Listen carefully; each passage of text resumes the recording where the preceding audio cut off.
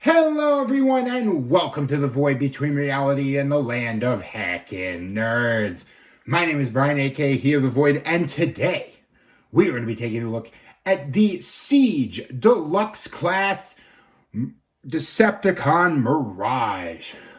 First things first, thank you guys so much for bearing with me. The last 2 months have been utter chaos because last month I had the unpleasantness, let's say, the relations to my mental health and things like that. And then this month, I go ahead and get injured. And then the construction on the house starts, which I completely forgot about. The aim was to film at night, but my arm was in so much pain, I couldn't really do it. But, yeah, I fell out of a chair and directly onto my left arm, and I think there was some soft tissue damage, which thankfully has seemed to heal by now. So videos are back, barring any more insanity, which I hope doesn't happen because I do not need it. But, yeah, let's go ahead and get into toy. So we have here Autobot Mirage, or Decepticon Mirage, my bad. In his, so this was basically, he created a hologram doppelganger of himself to infiltrate the Decepticons in the Siege cartoon. I didn't watch the Siege cartoon. I just didn't, I rarely have the energy to watch entire seasons of shows these days. But, of all the versions of Mirage, I legitimately think this is the best one. First of all, just the paint scheme, like, you cannot go wrong with Decepticon purple, and then you have this sort of faded, rusted blue, and of all of the, of all the figures to wear the Siege schmutz, with this battle damage and the dirt and whatnot, I feel this guy wears it the best, because it gives him a really rusted, sort of evil look. But before we go into anything else, we will give you the customary look at Lay Noggin. It's a good noggin. I love this head sculpt with the Decepticon purple and the bright yellow eyes. Like, yeah, it's a damn good head sculpt. Head sculpt is good. Good head sculpt. Going into posability now, head can go 360. Rotation at the shoulders go 360. Bicep swivel. Bend at the elbow. No real wrist articulation, but that's because of transformation. Waist can do... Oh, I forgot. You can sort of get a butterfly joint with the transformation hinges. So that's nice to have. Forgot about that. Then you have a... for whatever reason on my copy, the left arm is a little floppy, but it doesn't really matter all that much. But waist can do, except when you're trying to demonstrate transformation or posability, waist can do a full 360. You have a hinge at the hips, can kick forward that far, back that far, and he can do the splits. Bend at the knee, pretty deep bend at the knee at that. And some toe articulation, which is nice, but the toes are mostly for transformation. Coming to accessories, he does have two. He has this little pistol-looking thing, and then he has this rocket launcher-looking thing, which I think looks pretty cool. And he can hold them in his hand. You can also put them on his shoulder pads up here. Everyone knows my opinion on the Siege line. I think it was one of the best lines in Transformers history, and one of the things that make it so good is all these ports that you can plug weapons and weaponizers into. I think that the play value was really where Siege shined, with how many different things you could do with the figures and how many ways you could accessorize them. So his guns do look pretty cool. Going into transformation, we will pull his guns out.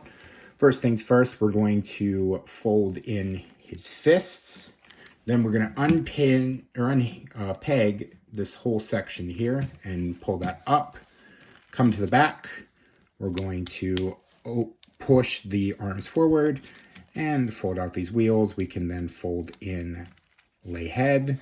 Then we're going to come up here, position, bend the arms in like so, and we're going to turn these around like so. Just fold that up for now so you have some clearance. Do the same on the other side. If I can remember which way it goes. There we go. So those are then going to peg in. There's a little slot tab here and a little slot there. That's going to peg in like that. And then you can take the spoilers and just put that together. I always forget if you have to turn here. Let me do the legs first. The legs, what you're going to do is fold out the wheels like that. Then you're going to take this section of the leg and fold that out and fold in the foot like that. That's going to come and collapse back here. And then that's going to fold out like that. Am I doing this right? I always get confused on this guy's transformation. So we'll do the same up here. Am I doing this right? Oh, okay. I'm sorry. You have to turn the figure like that. And then you can fold out that. And then these will sandwich together. Like so and like so. Just straighten that out. Make sure everything is squished together. I will lower the camera just a little bit. Then we're going to take the what was the torso of the robot mode. And there's two little tabs there and a little peg hole there. And we'll just fold that up. Sometimes it does like to come undone. And put those, make sure everything is squished together.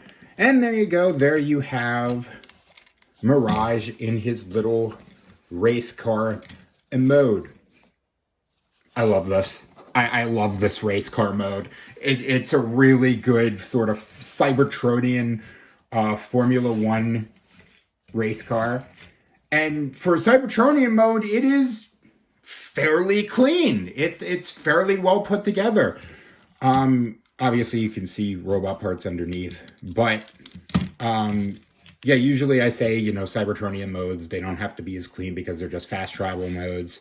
But this is pretty clean, and I do like it. And it rolls as all rolling things should. You can get the guns involved.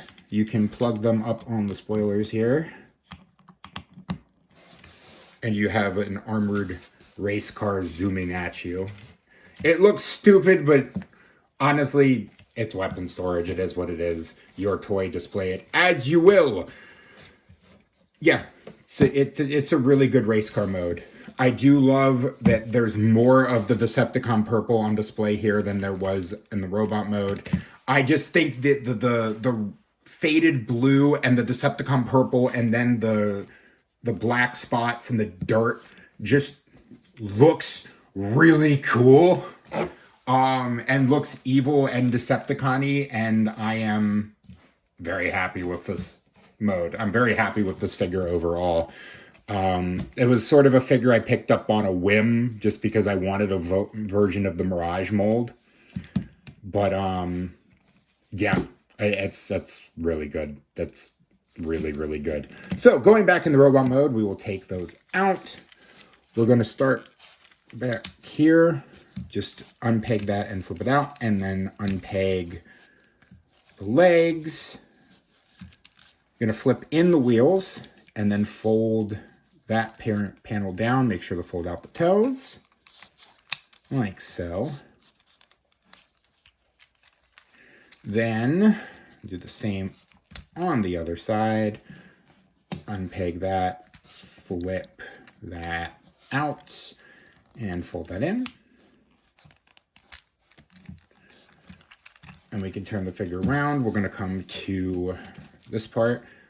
Just unpeg that section there. Flip up his head. Fold in those wheels. Connect the arms together. Fold those down. Fold those down. Then collapse. There's a peg there. It's going to go into a little slot there. And just peg that into place. Fold up his shoulder pads. Fold out his fists, and we can give him his guns, like so. And there you go. There is Siege Decepticon Mirage back in his robot mode. Do I recommend the figure? My final thoughts? Yes. Pick up a version of the Siege Mirage mold. You can't really go wrong with it. It's a really good Transformer. But if you can, get the Decepticon version because this just looks so good. Like, I stress all the time that paint jobs are important. The way you paint a figure can make or break a figure. There are otherwise great figures that have been let down by shoddy paint jobs. Or, just not really good paint jobs that don't really match up well.